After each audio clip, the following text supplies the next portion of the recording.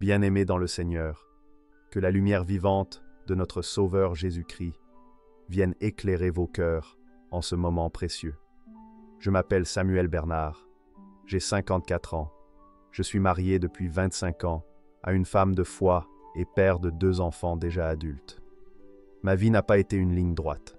J'ai connu les blessures de l'échec, les nuits de doute, et même des saisons où je ne voulais plus entendre parler de Dieu.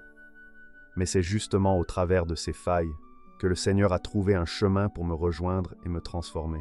Aujourd'hui, je vais vous partager un témoignage bouleversant, celui d'un vol missionnaire en Inde qui aurait pu finir en tragédie, mais que Dieu a transformé en un signe éclatant de sa présence et de sa puissance. Ce n'est pas une simple histoire, c'est un appel, une révélation, une main tendue pour toi qui écoute. Alors installe-toi confortablement, car ce rendez-vous n'est pas ordinaire. C'est un rendez-vous divin, une rencontre où le ciel veut parler à ton cœur. Je t'invite déjà à t'engager avec nous. Écris en commentaire cette phrase de foi simple mais puissante. Jésus-Christ est ma protection et mon refuge. Abonne-toi à cette chaîne pour ne manquer aucun témoignage qui édifie la foi. Et surtout, partage cette vidéo à une personne qui traverse une tempête. Et écris-nous aussi d'où tu regardes ce témoignage, car ensemble, nous formons une famille spirituelle qui dépasse les frontières. Car lorsque le ciel s'assombrit et que l'avion semble chuter, il y a toujours une main invisible qui tient les rênes.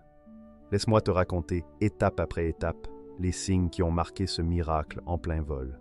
Premier signe, la tempête imprévue. Le vol avait commencé comme une simple traversée du ciel, avec le calme rassurant du soleil qui brillait à travers les hublots.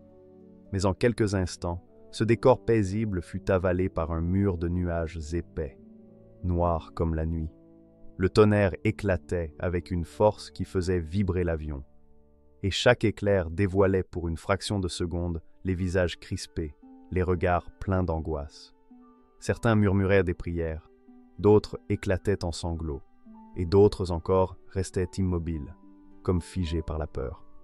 Le pilote, d'une voix tendue, annonça des turbulences sévères, mais tout le monde savait que l'avion était hors de contrôle. Cette scène reflète ce que chacun de nous vit un jour. Nous avançons dans la vie avec confiance, mais une tempête soudaine surgit, un diagnostic médical qui bouleverse nos certitudes, une perte imprévue qui nous brise, une trahison qui nous laisse sans voix. Nous croyons tenir le gouvernail et soudain, nous découvrons notre fragilité. C'est dans ces instants que l'Écriture devient vivante. Quand tu passeras par les eaux, je serai avec toi, et les fleuves, ils ne te submergeront point. Ésaïe 43, 2. Les disciples de Jésus eux-mêmes connurent cette peur. Dans la barque secouée par les vagues, ils crièrent « Seigneur, sauve-nous, nous périssons » Matthieu 8, 25. Leur cri est le nôtre quand les secousses de la vie semblent nous engloutir. Mais c'est justement dans cette obscurité que le premier signe du miracle prend racine. La tempête ne vient pas pour nous détruire, mais pour révéler celui qui est plus grand que les vents et les flots. Comme Job, qui au milieu de ses épreuves déclara « Je sais que mon Rédempteur est vivant » Job 19, 25. Les missionnaires allaient bientôt découvrir que le ciel n'était pas vide, mais habité par une présence invisible qui veille. Deuxième signe, l'unité dans la prière. Les secousses s'intensifiaient. Chaque vibration de l'appareil résonnait comme un coup de tonnerre dans les entrailles des passagers. L'air semblait s'alourdir de peur. Les regards se croisaient sans mots, chargés d'angoisse. Et soudain, dans ce chaos, une silhouette fragile se leva. Une femme âgée, issue d'un petit village chrétien d'Inde, qui n'avait pas la stature d'une héroïne aux yeux des hommes. Ses mains tremblaient, sa voix aussi. Mais de sa bouche sortirent des paroles qui déchirèrent l'épaisseur de la panique. « Prions ensemble, frères et sœurs, car notre Dieu n'abandonne jamais ses enfants. » Ce fut comme une étincelle dans l'obscurité. Un silence solennel s'installa, puis des mains commencèrent à se chercher, à se rejoindre. Des missionnaires unirent leurs voix, des passagers murmurèrent timidement le nom de Jésus. Et même ceux qui n'avaient jamais prié reprirent des chants simples, comme s'ils savaient instinctivement que seul le ciel pouvait intervenir. Ce qui était un avion rempli de peur devint une église volante. Le bruit des moteurs défaillants était couvert par le murmure de prières qui montaient ensemble, comme un encens vers Dieu. La Bible nous rappelle cette vérité éternelle. L'Éternel est près de ceux qui ont le cœur brisé, et il sauve ceux qui ont l'esprit abattu. Psaume 34, 18.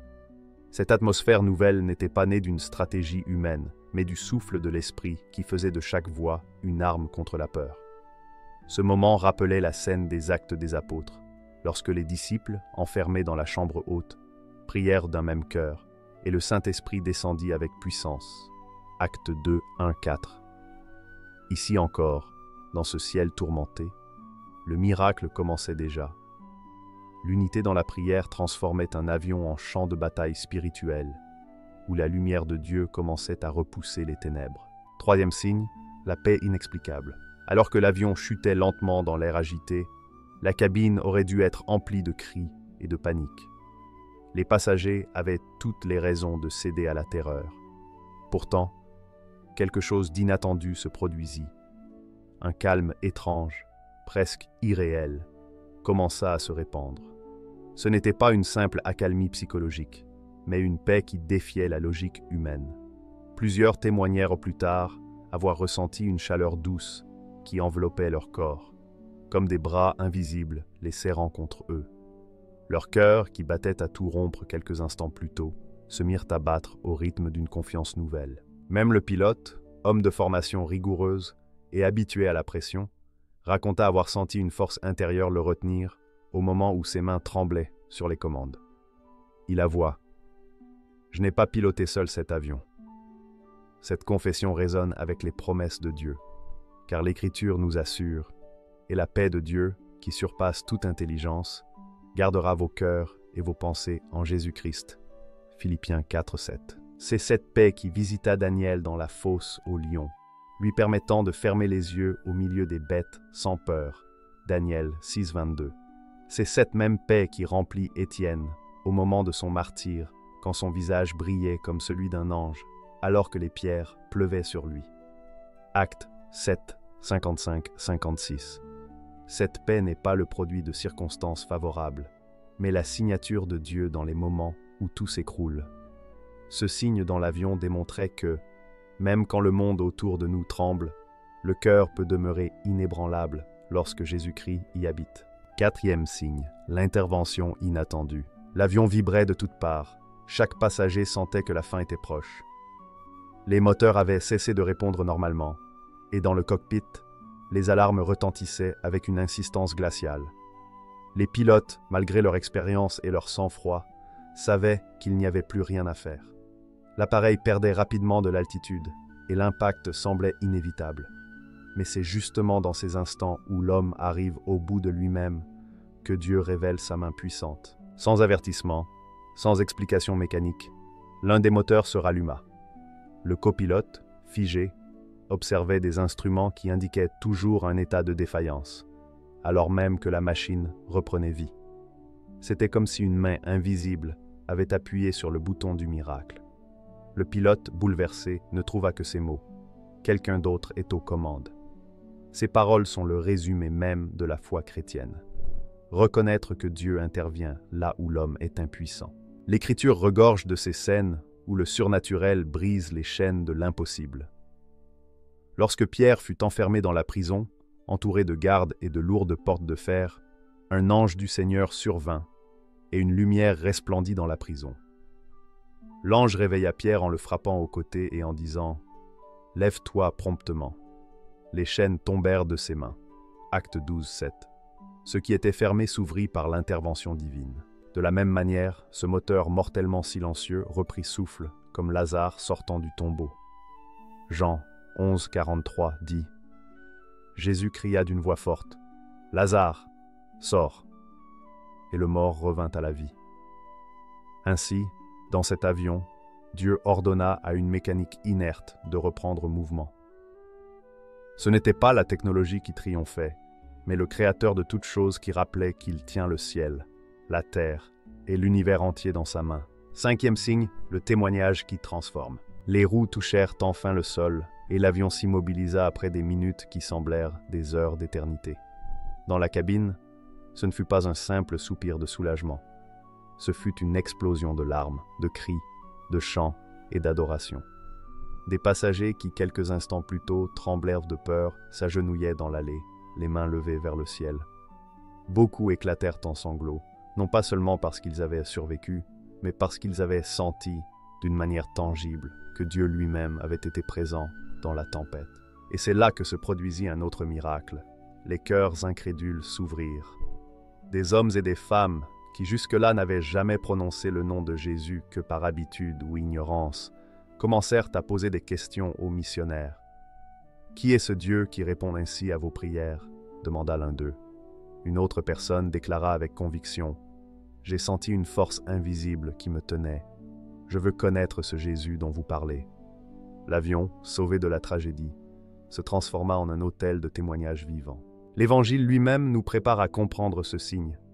Jésus avait dit au sujet de Lazare « Cette maladie n'est pas à la mort, mais elle est pour la gloire de Dieu, afin que le Fils de Dieu soit glorifié par elle. » Jean 11, 4. Ce vol aurait pu être un récit de deuil, mais il devint un récit de gloire. Comme Paul en prison, qui voyait ses chaînes devenir un moyen d'annoncer l'Évangile, Philippiens 1, 12, 13, ce moment d'angoisse se transforma en porte ouverte vers la foi pour plusieurs. Le plus grand miracle n'était pas seulement que l'avion avait repris de la hauteur, mais que des âmes avaient été élevées vers le salut éternel. Ce n'était plus un simple voyage aérien, mais une moisson spirituelle où le nom de Jésus-Christ fut proclamé et reçu. Ainsi, ce qui devait être une tragédie terrestre devint une victoire céleste. Le détail le plus surprenant de cette histoire est que, dans les jours qui suivirent, une enquête technique révéla qu'aucune explication mécanique ne pouvait justifier le redémarrage soudain du moteur. Mais ce n'était pas tout. Une passagère confia qu'avant de monter dans l'avion, elle avait ressenti l'appel de lire le psaume 91 à voix haute sur le tarmac. Elle l'avait fait timidement, croyant que c'était une inspiration personnelle. Mais en vérité, elle scellait dans la prière une protection invisible pour tout l'équipage. Cela nous rappelle que souvent, Dieu prépare le miracle bien avant que nous ne soyons dans la tempête. Il place une prière, une parole, une foi discrète dans la bouche d'un de ses enfants. Et cette obéissance ouvre une brèche dans le ciel. Bien-aimés, ce témoignage nous rappelle que notre vie est comme un vol fragile au-dessus des tempêtes. Mais celui qui met sa confiance en Jésus-Christ ne sera jamais abandonné. Même si les moteurs s'arrêtent, même si la terreur envahit nos cœurs, il y a une main invisible qui nous tient. Prions ensemble. Seigneur Jésus-Christ, nous croyons que tu es notre refuge et notre force.